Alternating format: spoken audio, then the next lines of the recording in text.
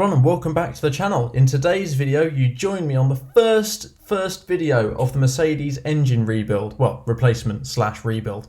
Now you can see me whizzing about here in my horrible oily clothes taking this engine apart, and I'm going to be stripping both of the engines down in today's video, so I'll shut up, you can enjoy some music and I'll join you back and I'll explain what I've done.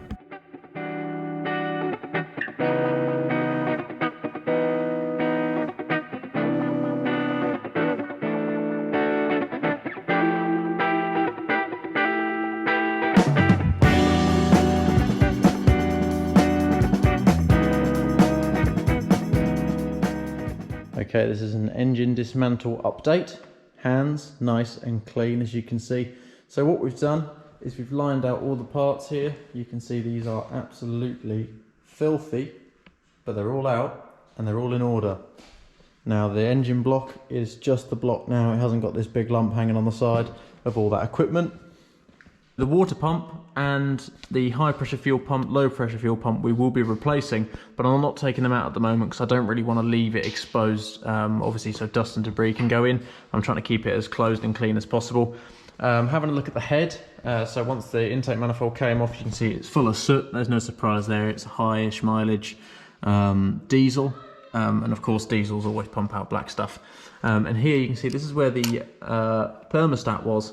And it looks like it's actually corroded the housing away a little bit, so I'm not entirely sure what's going on there, but I don't like the look of it. So we'll be comparing that to the other engine just to see if that's normal or not, but I'm sure it'll be fine.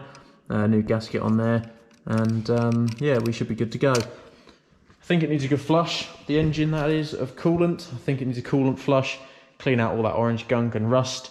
Hopefully it can give it a little bit longer lease of life. And next up we've got to do the rocker cover. Now this I'm not going to take off yet, as of course I want to get the other engine out first. I don't want to leave it exposed. I could take all the injectors out, we will see as time goes. We'll have to get new bolts and copper washers to seal those. The glow plugs will be replacing, and yes, I think we'll have to do a comparison of these injectors versus the ones out of the engine in the Merc, see which ones look better. But I'm very happy with my job. That's about an hour and a half, 2 hours right there. It's a stupid kid on his push bike outside ringing his bell. And yeah, I'm well chuffed with the look of the engine, so Dad can crack on and clean up the bits he hasn't done yet. Because with all the stuff on, he could only access this section, but he will now be able to clean here. I'm very happy with it. So Dad could be on cleaning duty tomorrow. I'm going to tidy up the fuel and coolant all over the floor. And yeah, see you in a bit. So the Merc has been slightly stripped. Now, it looks worse than it actually is. I haven't particularly done that much. Now, all that's come off is the front bumper, the headlights, and the radiator. Now, this little radiator, you're probably wondering why this is still here. This is the air conditioning radiator, so I can't take this off as the car cannot get to a mechanic. So I can't actually get this pumped out, so the AC cannot be disconnected because it's really harmful for you. So that's going to stay exactly where it is. And down here you can see the air conditioning compressor, that's been unbolted as well. So that's just sitting on the side hanging at the moment. You can see it's loose in there. So that's just staying as it is.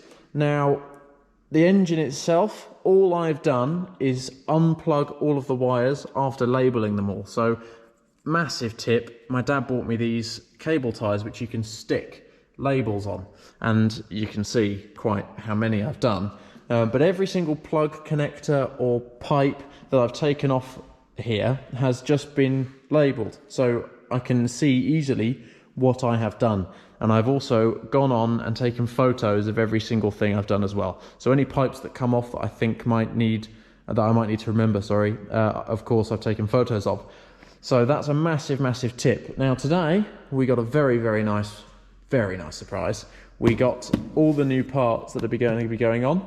So we've got a nice selection there. We've got glow plugs, we've got high pressure fuel pump, starter motor, alternator. So we've got a nice little treat there which will be going on the new engine. Now we've moved into the driver's side. This is a left-hand drive car, wheel well.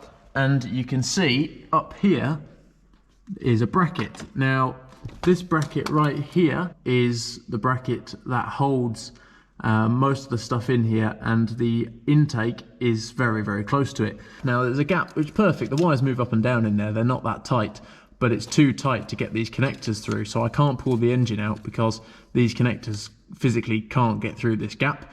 So I'm gonna have to dismantle the engine before it comes out.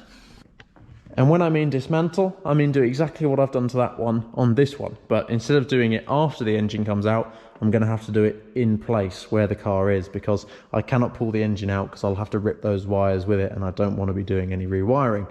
So that means taking the power steering reservoir, fuel filter, and all of the bracketry and the fuel rail off of this, which means I can also then get access to the intake manifold, which then can come off, and that will be the part that is wedging the cables in. So once the intake manifold comes out, we can get those cables out of there. So now what I'm going to do is time lapse me dismantling this engine.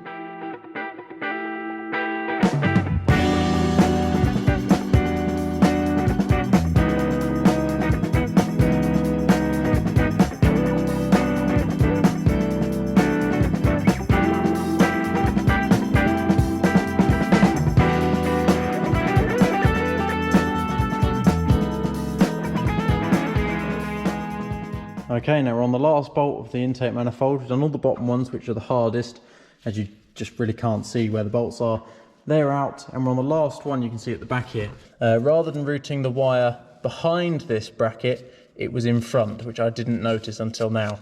And that's the reason I'm having to take the intake off in place rather than being able to take the engine out, because this should have been the other side of the engine at the back rather than being wedged in here. Now it's got room, it moves, but it just hasn't got enough space to pull the plugs through this hole, in which is stopping me taking out the engine. So I'm just going to get the last bolt out, and then the manifold will come out.